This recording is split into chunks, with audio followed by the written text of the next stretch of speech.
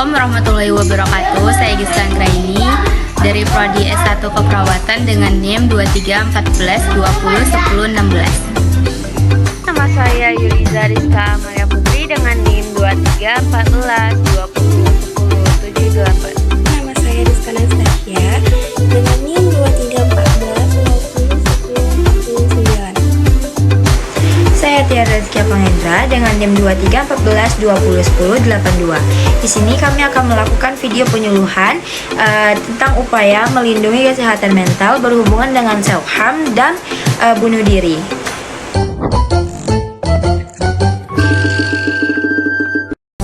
Assalamualaikum warahmatullahi wabarakatuh. Jadi tujuan kita mau mengumpulkan adik-adik di sini untuk menjelaskan tentang upaya melindungi kesehatan mental dan hubungan dengan self-harm dan bunuh diri. Sebelumnya ada yang tahu ini apa?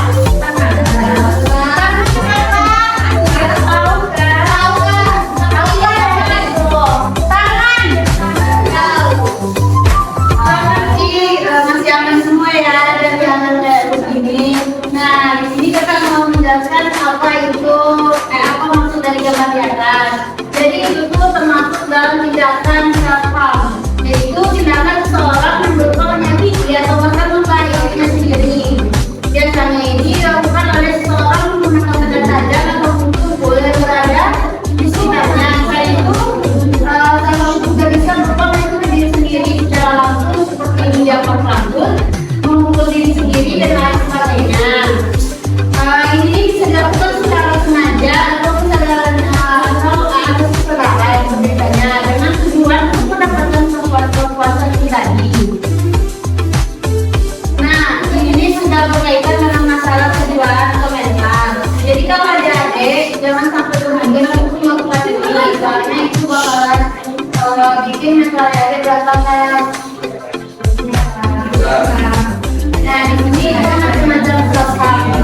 Yang pertama itu bisa dengan melukai diri dengan benda tajam, bisa dengan memukul tembok, bisa dengan menyamak rambut, terus bisa juga dengan minuman keras, makanan yang tidak teratur, olahraga yang berlebihan. Jadi macam-macam dari self-harm ini ada juga.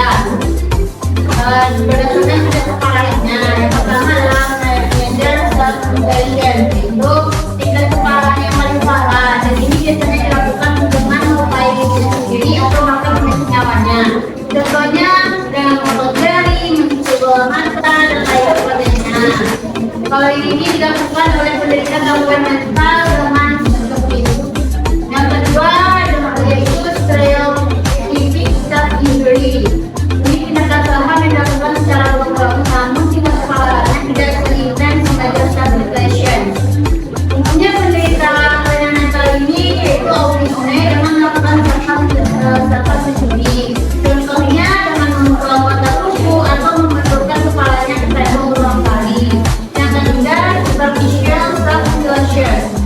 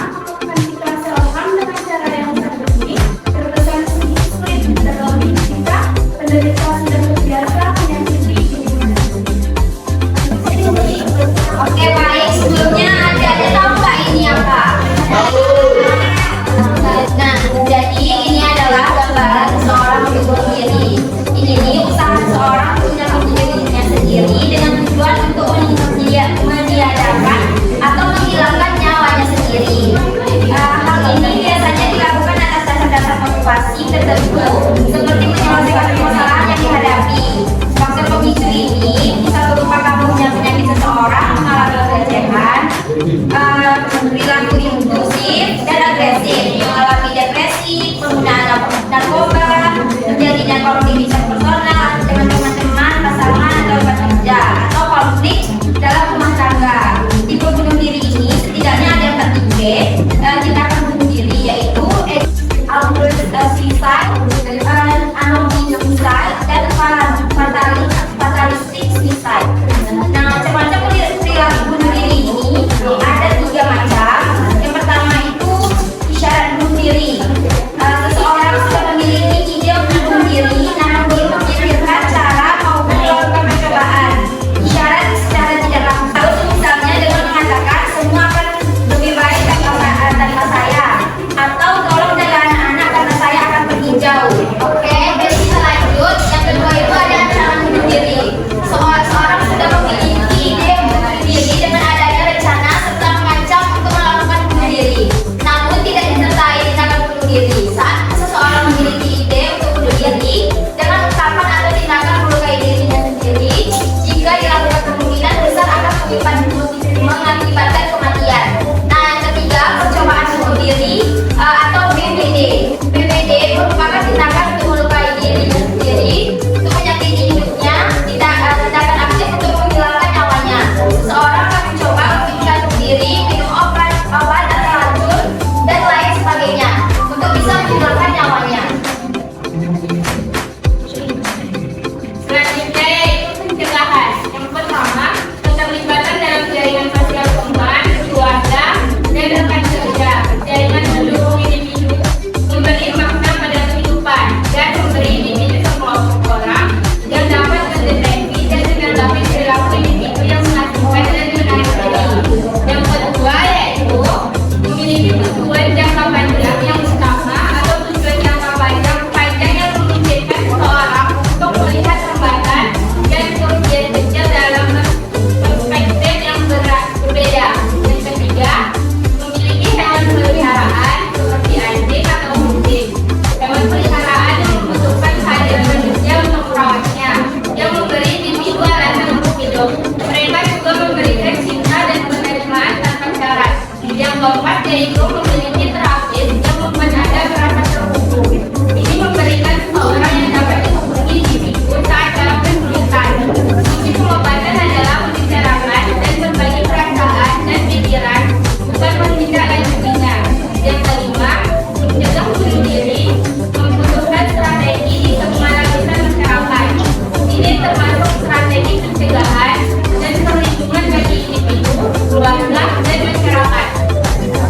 Setiap orang dapat membantu mencegah bunuh diri dengan mempelajari tanda-tanda peringatan, mempromosikan pencegahan dan ketahanan, serta komitmen terhadap perubahan sosial. Nah, sebelum pertemuan kita pada hari ini, kita mau ngadain evaluasi berupa kuis. Jadi siapa yang bisa jawab nanti ada rewardnya.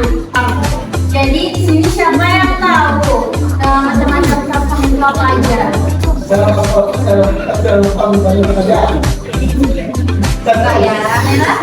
Pak, hari ini random ini teman-teman di sini jawabnya Kak. Ya, kami itu ada 3.